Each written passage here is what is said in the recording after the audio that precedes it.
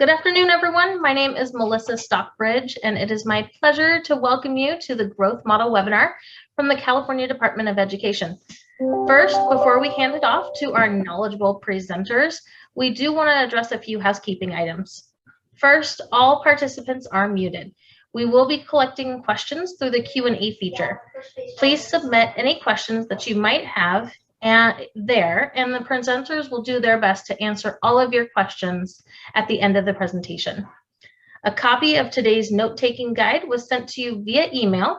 If you haven't received it or need to gain access to it again, the URL has been placed in the chat box. Selecting the URL will take you to the folder where you can download those notes. You will have access to today's PowerPoint as well. They will be found in the same folder as the note-taking guide after this session has completed. And we will be recording today's session. An archive of this presentation will be available to download on the CDE YouTube page. It usually takes about 1 to 2 weeks after the meeting for this recording to become available. And with that, I will give you over to your presenters. Kimberly, take it away. Thank you so much. Good afternoon, everyone. My name is Kimberly Muntank. I'm currently the acting administrator of the Academic Accountability Unit and normally an Education Research Evaluation Coordinator in the same unit. Today, I'd like to have the opportunity to introduce you to my colleagues, Katrina Gonzalez, an Education Research and Evaluation Consultant in the Academic Accountability Unit, as well as Cindy Kazanis, the Director of the Analysis, Measurement, and Accountability Reporting Division. Cindy? Thank you, Kimberly. It's nice to join everybody today to learn more about our growth model. Today in our agenda, we're going to cover an overview of California's student growth model, followed by a short overview of our student growth toolkit we've been working on all summer. And we're going to end with the question and answer session. So please, as Melissa indicated in the beginning, submit your questions through the question and answer feature on Zoom so we can be ready for that period at the end of our presentation. So just to get us started, oops, can you go back one slide, please? With our overview of the overview of California's student growth model, we're going to talk about where we've been and where we're going. You're going to find, I think, this presentation to be very digestible, and you'll learn a lot about how we came to be where we're at today. So the history of the growth model work goes back to 2015. For some, it may go back to 2010 or earlier. In 2015, we officially began this round of development of the growth model. The State Board of Education, the California Department of Education and Educational Testing Services, so SBE, CDE, and ETS, began work to measure student growth. It has taken us the past 5 to 6 years to get to a point where the State Board of Education approved a methodology for measuring student growth at their May 2021 meeting.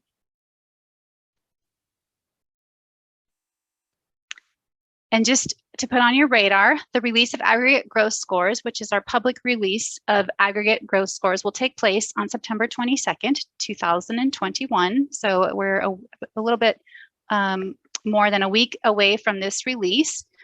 In doing so, you're going to hear a little bit about the history, but specifically, the California Department of Education used data, historical data from the 2016-17, 2017-18, and 2018-19 Smarter Balance Assessment Administrations to calculate these growth scores along with assistance with educational testing services.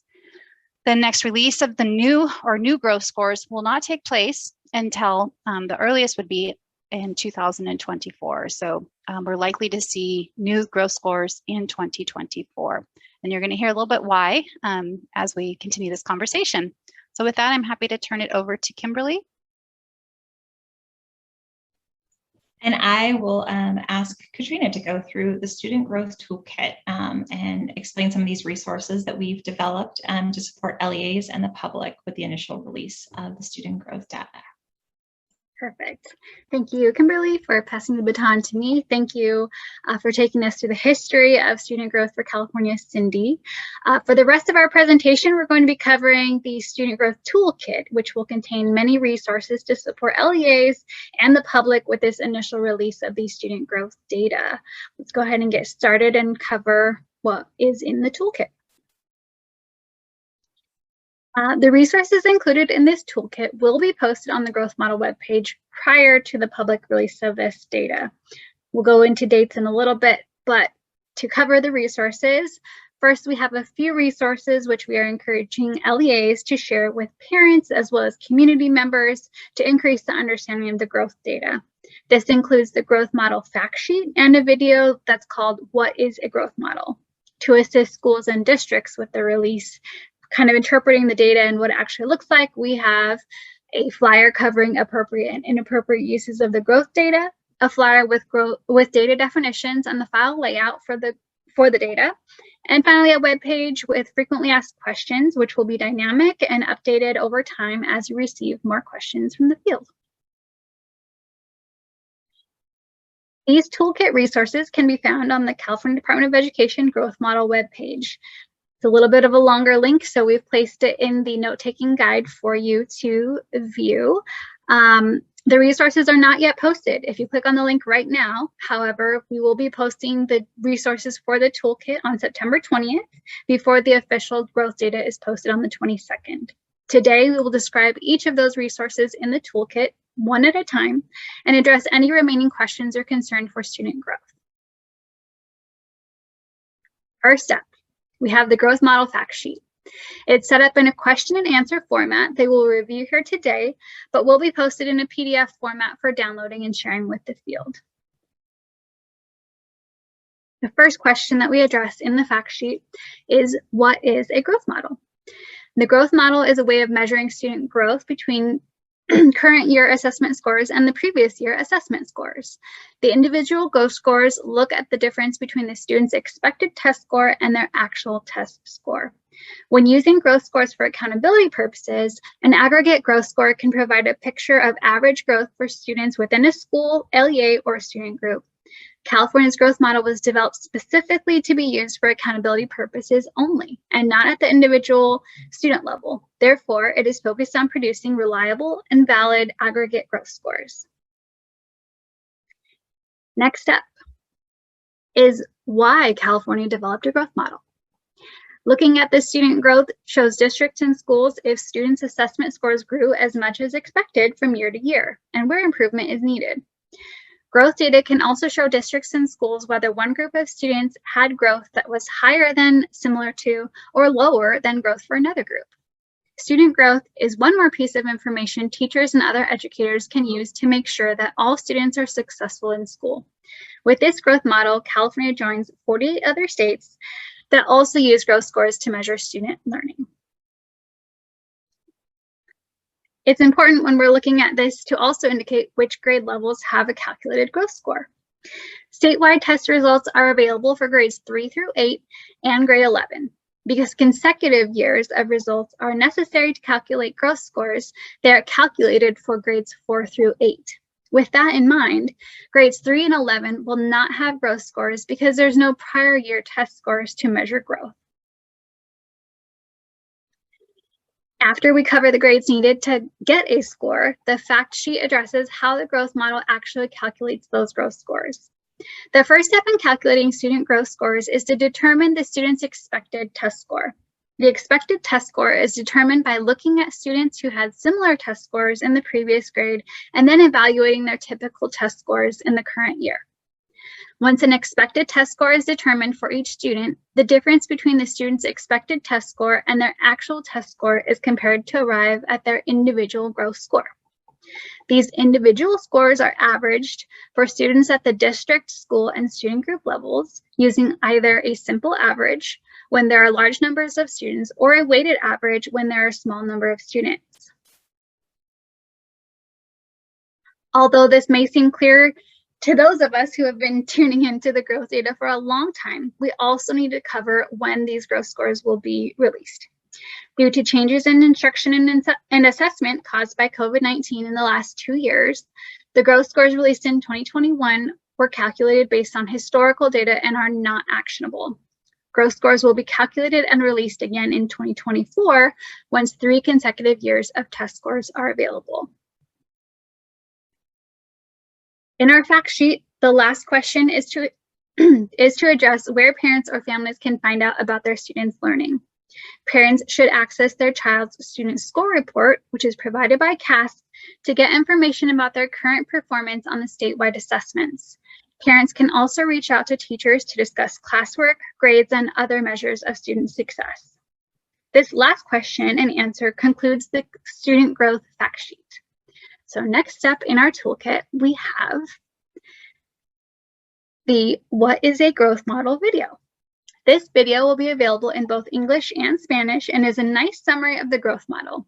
It describes everything you see in all the flyers in one place, and it's in a video format. The video is being finalized this week, but will be available with the rest of the Toolkit resources on September 20th. Next up, we have a flyer covering the appropriate versus inappropriate uses of the student growth data. It's a resource in the toolkit available for LEAs, which describes what should be done with the student growth data, both at the individual and aggregate levels. In terms of individual student growth scores, it's important to note that there are no appropriate uses for this data. Individual growth scores should not be used for measuring individual student progress. Just like the assessment target reports from the Smarter Balance assessments, the data are more robust and usable at a school, LEA, and student group levels. Individual student growth scores will not be provided to families.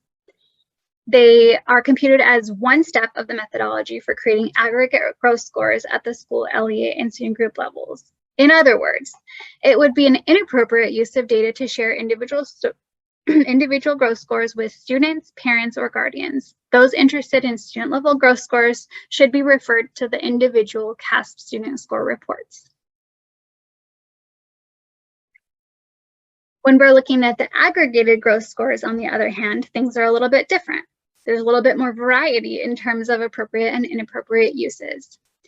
Aggregate growth scores at the school, LEA, and student group levels provide an additional piece of information about student learning. Combined with other available information, aggregate growth scores can provide a robust picture of student learning. Appropriate uses of the data might be to use the data to increase your knowledge of aggregated growth scores by looking at your school's or LEA's data and comparing those scores across schools and student groups. It also might include evaluating how aggregated growth scores compare to other 2019 CASP measures, such as distance from standard or the % of students who met or exceeded standard. Consider what information would be helpful to communicate with stakeholders once this data is actionable. Right now, it's not. It's only historical data. It is not actionable. So if we're looking at the data now, we can decide how to communicate it better once it is. Inappropriate uses of this data could be using the aggregate data to target schools or student groups for improvement, producing reports or communications for external audiences that contain 2021 growth data, particularly while the data is still in private preview. After September 22nd, the data can be shared with external audiences, but as a reminder, this growth data release is for informational purposes only, which takes us back to the first bullet point in this inappropriate use side. The last resource I will be covering for you today is a PDF flyer which contains the data definitions and file layout for the aggregate growth data, which will be released on September 22nd. This flyer will describe the fields in the growth data file to make it easier for LEAs to view and use the data. It's similar to other accountability layouts and definitions available on the CDE website. The last resource in the toolkit is the frequently asked questions, which will be covered by Kimberly. Thank you so much, Katrina. So I will be going through this dynamic resource, as Katrina described it, that will be living on the CDE webpage, known as the frequently asked questions section. And currently it has been populated by many of the questions we've already received since prior to our June private preview of the data and the months following. And today you have the opportunity as well to populate it with some additional questions through the Q&A function. So if you have any additional questions about what I cover here, please throw them in the Q&A and we'll be able to answer them at the end as well. First up, what is California's approved growth model methodology? The California Student Level Growth Model uses two different things. First, the residual gain, or RG, for growth at the student level. And then we use the empirical best linear prediction, or EBLIP, hybrid approach at the LEA, school, and student group levels. Growth scores are available for grades 4 through 8 only. Therefore, traditional high schools will not be receiving growth scores. What assessment data are used to calculate California's growth scores? California uses the Smarter Balanced Summative Assessments in both English Language Arts, or ELA, and mathematics for students in grades 4 through 8 for our growth model. What are the two different growth scores? California's growth model first calculates individual growth scores. They're calculated for all grade 4 through 8 students with 2 years of assessment data. Then California uses individual scores to calculate aggregate growth scores for all schools, LEAs, and student groups with grades 4 through 8 that have individual scores.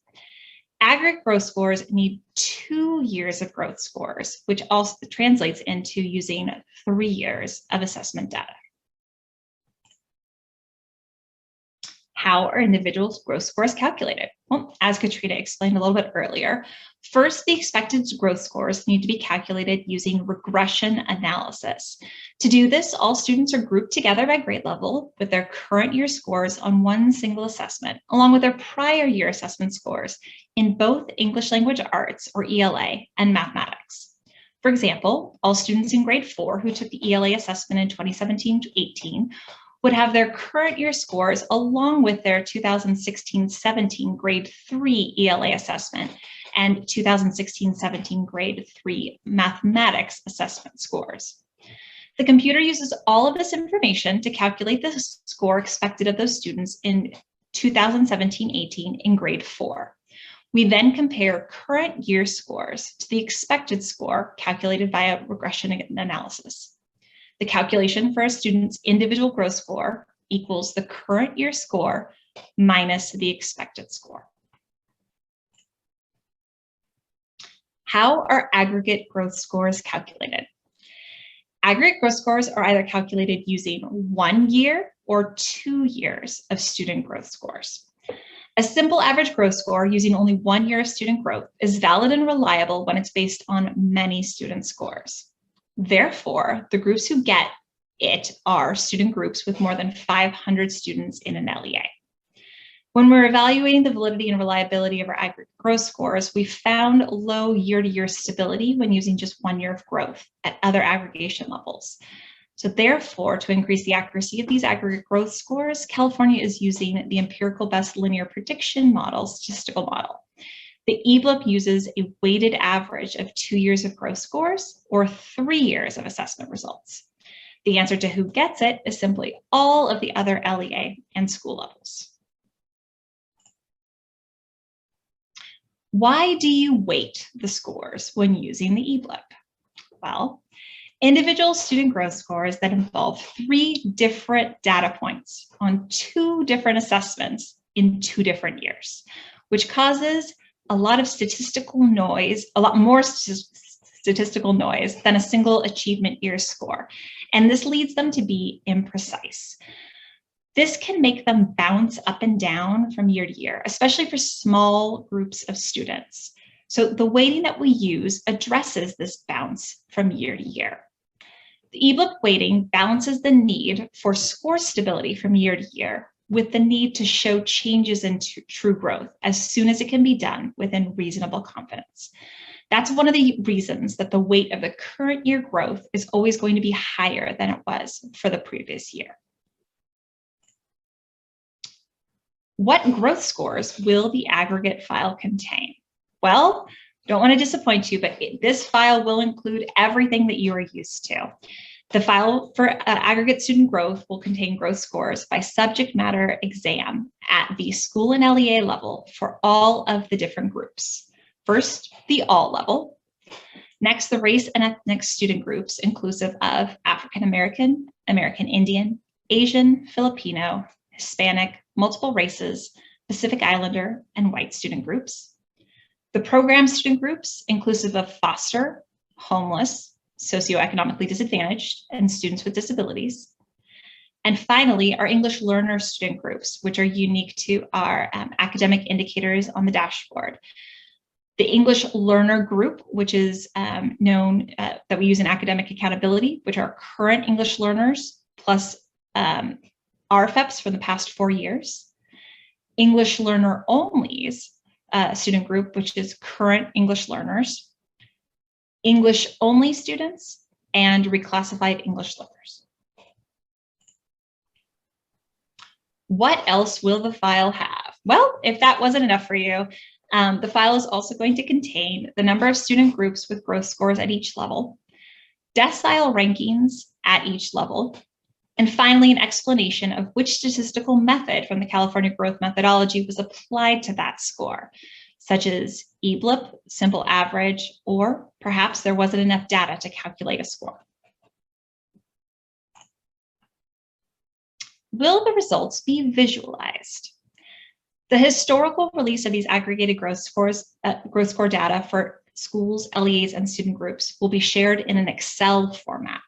These results will not be summarized visually for the public, as they are historical data from previous years and are intended to be used for informational purposes only. Future releases of growth data as early as 2024 may be summarized visually for the public upon release. What is the value of an aggregate score? At this time, the growth scores are for informational purposes only, and CDE is not assigning any traditional value to them. However, we can provide the following caveats. A score of 100 means that on average, the students are meeting their expected growth. A score of less than 100 means that on average, the students scored lower than their expected growth. And a score of more than 100 means that on average, students are scoring higher than their expected growth. What is a decile score? Decile rankings are a way for us to break down the data into manageable pieces to look at and compare within groups. The highest decile ranking of 10 correlates to the top 10% of schools, LEAs, or student groups. Conversely, a decile ranking of 1 correlates to the bottom 10% of schools, LEAs, and student groups. How do LEAs access individual student growth scores? CDE has a report available to download the individual student growth scores via the Test Operations, or TOMS, as I was trying to say that entire time. CASP coordinators have access to this file for all LEAs, so please contact your CASP coordinator at your district for help looking at that file. Can I use the individual score file to measure student progress? As Katrina mentioned earlier, individual student growth scores should not be used for measuring individual student progress. Similar to the assessment target reports from the Smarter Balance assessments, the data are more robust and usable at the school, LEA, and student group levels.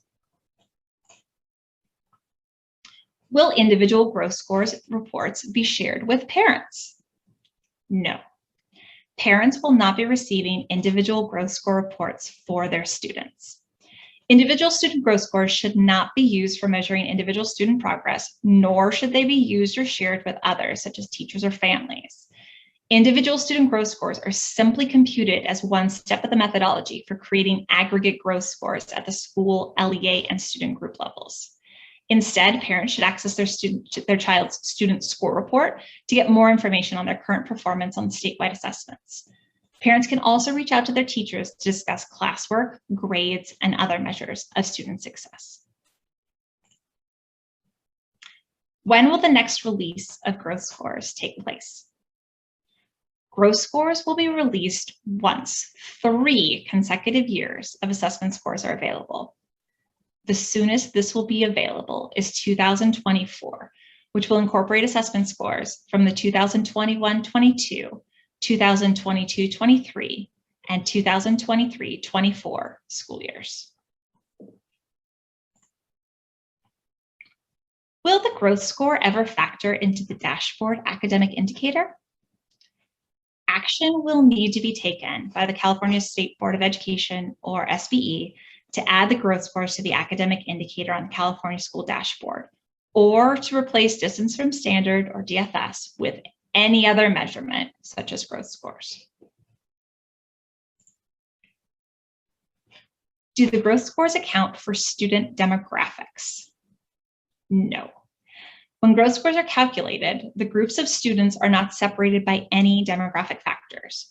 For example, all grade 4 students are grouped together in the calculation for the growth scores. All 5th grade students are grouped together. There is absolutely no separation whatsoever by demographics.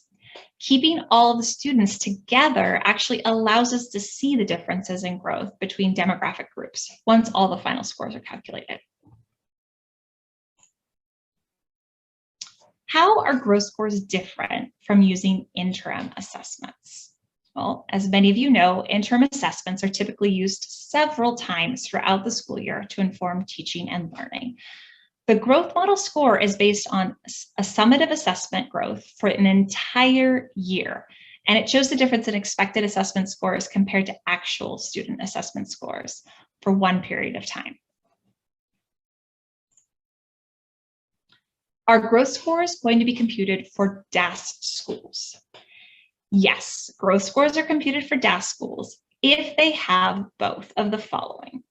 First, the appropriate grade range of grades 4 through 8, and we note that because a lot of the DAS schools are high schools, and also that they have at least 11 students in the reporting year.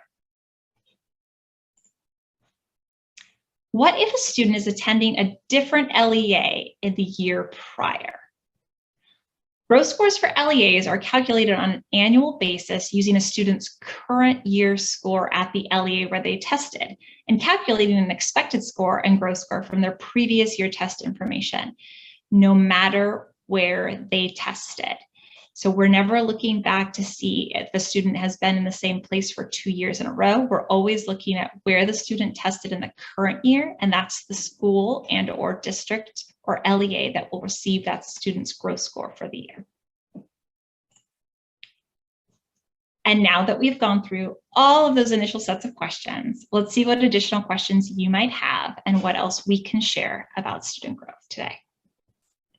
Thank you, Kimberly. This is Cindy. And to get us started, I will take the first question and I'm going to offer up many of the other questions to you and Katrina to respond to.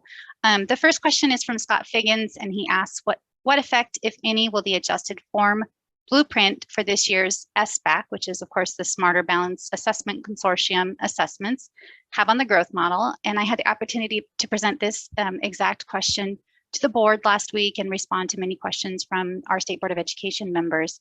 And at this time, we are working closely with our assessments division to make sure that the blueprint will have as little impact as possible to the growth model. As we develop out future years tests, we are working closely together, the accountability division and the assessments division, to ensure that we have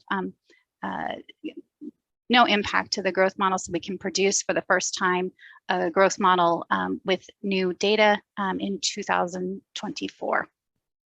And with that, Katrina, I'm not sure if you're ready for this, but I'm going to pitch it your way. From Rich Harrison, how will the growth model be used in alignment with AB 1505 for charter schools? So the language in the AB 1505 legislation has a lot of different things that describe what will be done with the data at this time. It doesn't specify anything to be used right now with the growth data. So what we're releasing right now is historical data. It will not be affecting any of the current renewals, but it does say that there's a possibility that some of the things that are happening in the current renewal processes may be sunset as growth replaces it, but that has not happened yet, and it cannot happen until 2024 once we have actionable growth scores. Thanks, Katrina. And Kimberly, for you, it's a question that's being asked quite a bit. As I recall, demographics aren't taken into account with the growth scores, meaning that growth of low-income students are compared with growth of other low-income students, not all students. So the demographic question it's a complicated thing to address. So we'll walk through is that essentially growth scores that incorporate demographics into the calculation allow only those growth scores to be compared against each other very narrowly because the scores are wrap the demographics into the results. What we've done is we have not included any demographic information into our calculation of growth. And that actually allows us to compare across student groups. If you incorporate the demographics within, you cannot compare across. So the advantage of our system is that, and these scores are that you can look at scores for the socioeconomically disadvantaged student group and how that score range looks, and look across at other student groups such as foster or homeless and see how that range of scores compares. And those scores are actually comparable across groups. So that's something that we can do because we do not include demographics in the calculation. Thank you. This is from Nicholas Chitwood. Will the regression model and weights be available to understand how different demographic factors were used to determine expectations? So again, a little bit different. The weighting for all of the system for the eBlip, again, the weighting and the reason why we incorporated it is really based on small sample sizes and how those small sample sizes affect the calculations year over year. The eBlip allows us to have a wonderful system to balance out the weights across student groups, schools, LEAs that don't have robust numbers of values within them for growth scores for either prior year scores or current year scores. So it's a lot of working and balancing and walking through. We are looking at providing technical assistance as it pertains to weighting and values in the future once the understanding of all of the basics of the growth model are going through. So that's a part of the evolution of what we'll be working with the growth scores is walking through technical assistance on that piece. But we don't anticipate doing that in the immediate future, but definitely as we all grow our knowledge around growth towards 2024. Thank you. And what will the public release look like? How will it be presented? Our website will be ceremoniously, it will glow. On the 22nd, we will be reaching out to all of our normal listservs and publications that are available. So such as our own accountability listserv, as well as sharing with the dashboard coordinator listserv and the assessment listserv to notify everyone, our usual outlets rather, that this information has been updated and is available for download. Additionally, you will see links to the FAQ covering many of the questions I just went through today, and all of the resources as well will be posted there starting on the 20th and then available on the 22nd there. But we will definitely make sure it will be on the growth model website, which is available. That link is in your note-taking guide, we will. It will definitely shine bright at the bottom of that page through, and any additional resources we develop will go there as well as we move forward. I can take it. Ask what languages will the public resources be available in? And to start, many of the resources will be available not only in English, of course, but in Spanish. We know that we've really made an attempt to translate out our other primary flyers into the top 7 languages, and that will take a little bit longer to do that, at least for the flyer, especially the fact sheet flyer. But for the initial, I think we'll be able to get at least a couple of the main resources out in Spanish. And with that, there may be a little bit of confusion here, but so maybe you can help clear this up, Kimberly or Katrina. Will a new embargoed file be available? So we released an embargoed data file back in June that went out, and the link was available to accountability coordinators back in June. If you have that information and that link to go through, that was the embargo data. Moving forward, we're looking at a release next week, and the information will be available at the public release if you did not have a chance to be a part of the private preview during that time.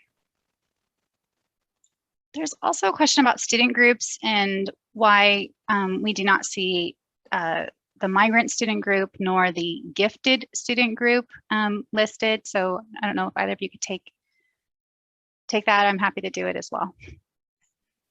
I can just quickly cover. So accountability has a certain set of student groups that we look through and report out on. And that's based on LCFF, our state accountability system, as well as the federal accountability system. And we've added the additional breakdown of English learner student groups in order to better understand the English learner student group. And we do that with our academic indicators as additional, but not accountability groups. But at this time, we don't have any plans to expand that population or add further subgroups to our reporting. And then I do see in here a question about, will a student's or school's growth percentile be provided in the reporting of actual growth versus expected growth? I'm just reading it and finding from Eric Carlson. Yes. School or so I think what so students' scores are currently their past score performance is currently in their the test files released by ETS to the districts each year. So a student's score history is available in to all LEAs. So the additional student score file that we shared that had a student's growth score calculated. Additionally, you would just need to do some addition or subtraction in order to be able to figure out where between those two scores. So all of the information that we have used is available, and the expected score, while not provided, would be a very easy calculation if you have both the student's growth score and their current year score available. And more of a big picture question from an anonymous attendee, are the expected scores calculated based on the entire state's performance? They are, and with the caveat that they are calculated per grade. So we go through and we look at all grade 4 students, and then we look at all of their grade 3 exam scores for both subject areas. And then we do that at each grade level, all the way up to grade 8. So we don't do it for grades 4 through 8 at once. We do it grade by grade.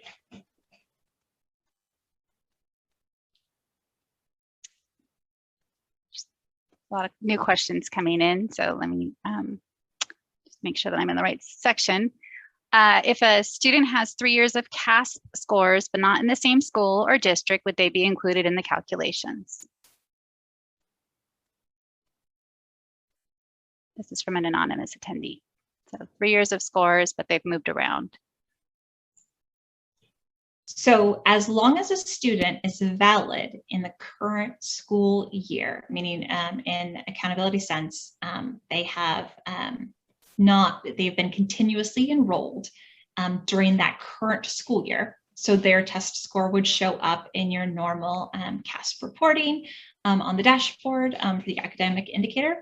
If that student, no matter where they've been before, you have had that student for the whole year, and therefore the growth would be at your district or school, because that's what we measured. So it doesn't matter how many places a student has bounced around before. If they have a prior year test score and a current year test score that is valid, you'll be able to have a calculated growth for that student. This person may be getting ahead of us, but let's entertain this. If the LEA or charter did not administer CASP assessments in spring 2022, what does it mean it won't receive growth scores in 2024, but rather in 2025? Since it's hard to predict, since we haven't gotten to spring 2022, I guess that would be my maybe I can take this, since I did actually talk about this a little bit at the board meeting. It's imperative that we have a full set of test scores for our students in grades, beginning in grades 3 for this year, if we're going to calculate growth scores in 2024. Remember, both Katrina and Kimberly mentioned during the webinar that we need 3 years of a consecutive assessment data to calculate these scores. So we will keep monitoring this throughout the testing season as to you know, how we're going to proceed. But that's why we don't say definitively everything's going to happen in 2024. But that's what we're planning for. Is we will hope that we will have a regular testing season this year. And then I think we've answered those questions. Let's see what else. This is an easy one. What are DAS schools? You want to try it, Katrina? Yes, sorry, I was on mute. DAS schools are Dashboard Alternative Schools. These schools can either apply to be part of the DAS list if they follow certain criteria. It's also available on our CDE website if you'd like to look into it a little bit more. I believe I did answer that question and throw the link in that question. Or they may already qualify as DAS schools if they have certain school ownership codes. So we have a list on our website which has the schools that are currently qualifying for as DAS, and then there's also space there to fill out the application to become part of DAS. I believe the application has already closed for this school year, but we open it up every summer to be part of the DAS list. Spring, sorry. Thank you, Katrina. And Devin, I don't know if you're available to speak from our assessments division, but there are just a couple of questions related to TOMS. There's a couple of people who have asked. They said that they maybe not were at the LE, they were not at the LEA back in June. They want to get access to this. And there's also some confusion whether or not the data has been removed from TOMS. Since I think there was a mention that the embargo was going to end in August, which of course we extended it to till next week. Yes, thank you, Cindy. All current LEA coordinators, so if you have a 2021 role, you should have access to this report.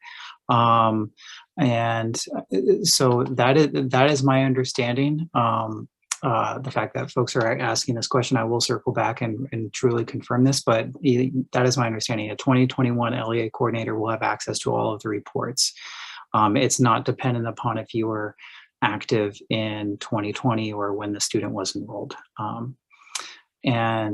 I saw another question regarding downloading the growth score report and in a sense how to open it. In short, it's a character delimited text file, and so I would open up Excel, go to the data tab in the top, and then open from text. And then you can set your delimiters, and specifically it's a caret delimited text file, so that's Shift 6, and that will separate them out and make it a lot easier to read. Did I miss a question? Was there something else there, Cindy? I think you got it, Devin. Thank you very much for being available today. Kimberly, there's a couple in here that I just want to touch base on around what we're doing.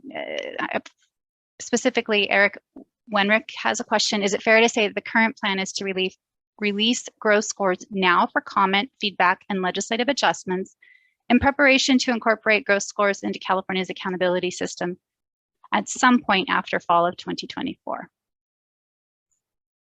I think that it's fair to say, I just found it. I think that's fair to say, except for the final caveat that for incorporation. There's a lot of, if you followed the dashboard and followed the development of indicators and moving things forward, there's a lot of work that goes into changing, modifying, adding to the dashboard for both state accountability levels and federal accountability reporting, and how we would do that and where it would go. So it's very fair to say the reason we are releasing this information is so that we can all learn together. So we have some examples of all of the data that we used to create this growth model, right? The data we're releasing is just the data that we used to create these formulas to find a way to balance the invalid and bouncy, scores that we were seeing. We're sharing this out with you so that we can all learn together and move forward, so that next set of data in 2024, we're all on the same page. We know what to expect, what it's going to look like, and if we do want something different, what that is.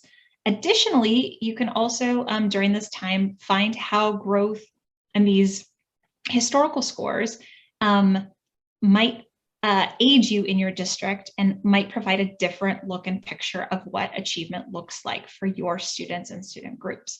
And that is a learning process that is going to take some adjustment, because we are all very, very used to looking at status and not growth. So we're hoping that we can all move together forward towards the next release, and that when that data becomes available, we can all join in the conversation in the same place and provide great input and feedback to the policy process as it moves forward in 2024. Thank you. From Robin Aren, this is an earlier question. What is considered a small, large district to use simple or weighted averages for growth scores?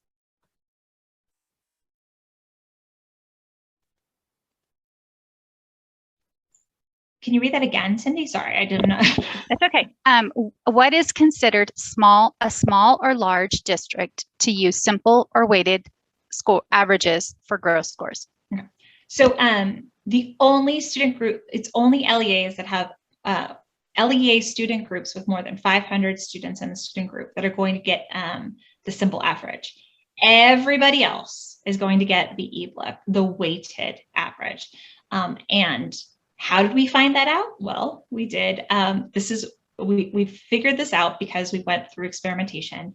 We went through and looked at how EBLIP would affect things. And we found out that for student groups with more than 500 at LEAs, with more than 500 students, weird things happened in the data. And there are some good explanations for this because of some certain very large districts in the state of California. So we tried some solutions, worked them through with the state board, and walked through and found that we could provide this alternative, offering the simple average for this one circumstance, and then providing weighted averages for everyone else with the EBLIP. And it worked out in the best way to get us valid and reliable scores across all of the results for California for schools and LEAs. And Kimberly, just to follow up on that, is it 500 students per grade per student group? No, 500 in the student group. So if you, in a certain student group, you might not have students in grades 4 or 5, right? They may only be in grades 6, 7, and 8 at your K-8 school. It's just like any of our other indicators or groups, we're looking at all the students. So while we calculate at the grade level, we are not reporting out at the grade level. I'll make sure I am consistent with that. And that might be a good thing to add to our FAQ as well. Thanks. Maybe this one I can turn over to Katrina. What are the possible uses for the information for next week for information versus accountability purposes? We have tried to make this abundantly clear, but for right now, what we're releasing is historical data. So what we're releasing next week, what we have is all information that was leading up to 2019's testing administration. In 2020, it was not administered at all because of COVID, and in 2021, it was flexible. So everything that we're releasing at this time is informational purposes only. Once we have the 3 years of data, moving forward from 2022, 23, and 24 administrations, and we produce a new growth score, at that time, the information will be more than just informational only. We may incorporate it into the accountability model and what we do for the dashboard or other things. But as we mentioned, that will require taking that information to the state board and having other applications and approvals in order to do that. But for right now, this historical release that we're producing, that we have produced and that we're releasing next week, is for informational purposes only. It's so that we can orient ourselves around the data and how to communicate it with the field once the data is actionable and ready to go with current data as opposed to historical.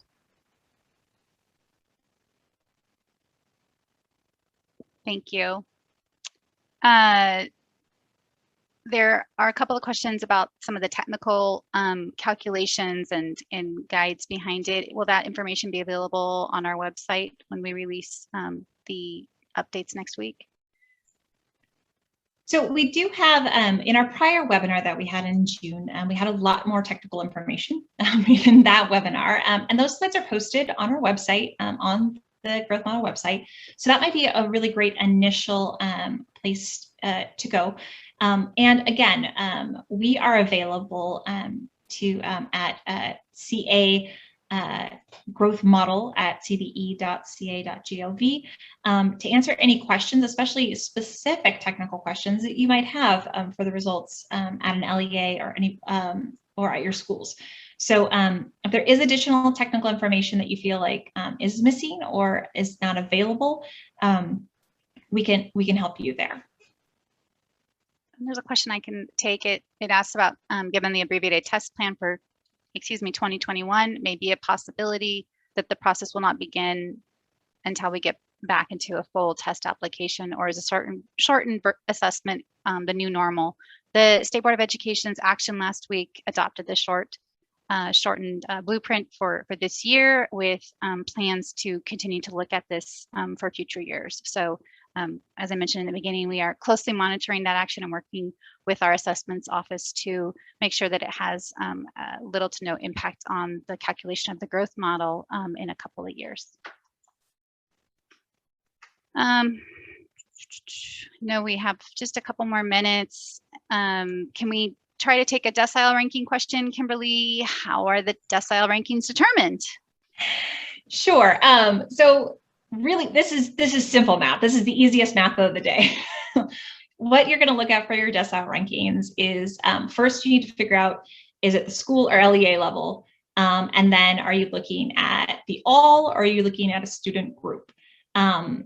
So for example, if we're looking at the school all level, we're going to take all of those growth scores for all schools in the state of California that received one, and we're going to try our best to cut it into 10 equal sections of data. And simply where those line up, no matter where you are within, you're going to grab a decile. So the bottom 10% will receive decile 1, the top 10% receive decile 10. That is as simple as it gets. The range of scores within each group. So as I said, that was the school all level. If we looked at, say, school socioeconomically disadvantaged student group level, those deciles will be different than the school all level because we're setting we're just laying out all of those scores together and cutting them into 10 different groups as well. So when you're looking at comparing deciles across, remember that the range of scores for each of those distinct groups is going to be different. So that's something you'll want to look at and see. And it's basically just a good way within the groups to compare across. So you can see if scores, for example, within schools all, if it's a large range or if it's a very tight range. For instance, in the data, if decile rank 4 is, the result of that is really close to decile rank 8, you're not going to see a large spread of scores, or if decile 1 is really far from decile 10. And again, it just provides an additional way for our brain to quickly look at how sorting these work out versus just looking at the numerical values. So we thought it would just be an easier way for you to sort and look through the data as you're looking and comparing across, comparing within student groups.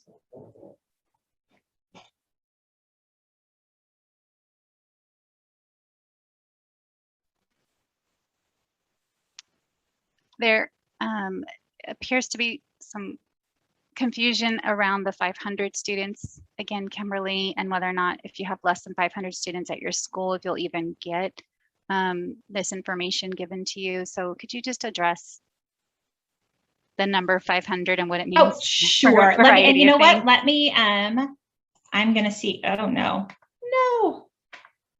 We're going to see if we can find this slide real quick. Somebody else can help it because it's easier if we look back real quick. There it is. All right. This is the example. So aggregate growth scores. There are two different ways that you can calculate your aggregate growth score. We're either, because remember, we're using two growth scores. It's either going to be a simple average, adding the two together and dividing by 2. Only one group of all of ours gets that. That's student groups over 500 students at the LEA level. The all other student groups, the all levels and all student groups at the schools and LEAs receive the EBLIP statistical method weighted average because there was only enough power in our methodology for those student groups with more than 500 students to get the simple average. And as I explained earlier, there in the data file, it will show you which calculation was used to arrive at that result. So this is not, you don't have to worry about it. But basically, in almost all such circumstances and all situations, the EBLIP weighted average was used to weight the 2 years of scores. Thank you. And I can just sort of take a general approach to what to expect this next week. We are doing this webinar today to, again, share with you the toolkit that will be available next week to help you explain this to whether you're an educator, to your staff at your schools, or your board members if you're asked to give a presentation. We have some very parent and I think community member flyers and the video we're putting out, as well as the FAQs that we talked about, and the appropriate uses and inappropriate uses. And so while we're not doing a public awareness campaign around it, we are doing this webinar, which has been very well attended, as was our prior webinar in June, simply to talk about what the board's action was this past May in adopting a student level growth model, as well as when we will actually see these scores used potentially in accountability in the next 3 to 4 year period. So we have this long extended period before these scores are actionable and could potentially be used in our accountability system. So just wanted to make sure that we left with that context. And I am Kimberly or Katrina, if you see a pending question that you really want to make sure that we respond to, I'm going to turn over to either of you to close this out. I do see there are quite a few additional questions, and as we have in the past, we're more than happy to reach out via email and see if there's anything else we can grab at the end of this webinar. And as well, thank you so much for populating our FAQ with so many more really valuable questions that we can add context to this and make sure we're clear on what's going on. Just as a reminder, the growth model webpage link is in your note-taking guide. We will be releasing the growth model toolkit on September 20th, next Monday, 2021. And following with that, with the aggregate growth files released on September 22nd, 2021. And so if there's any additional questions, as I referred to before, please use that email that's available in the note-taking guide. And Melissa, do you have anything else? Just a few things. Thank you, Cindy, Kimberly, Katrina, and Devin.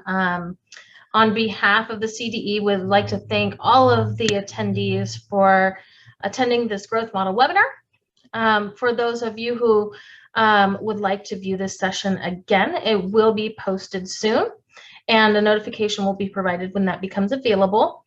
And we do value your feedback and would appreciate you taking some time to complete a brief survey about today's presentation. Your responses do help us make these webinars improved for your viewing. And that survey will be available through your email as well as the link in the chat. So thank you guys very much. And we appreciate you attending today.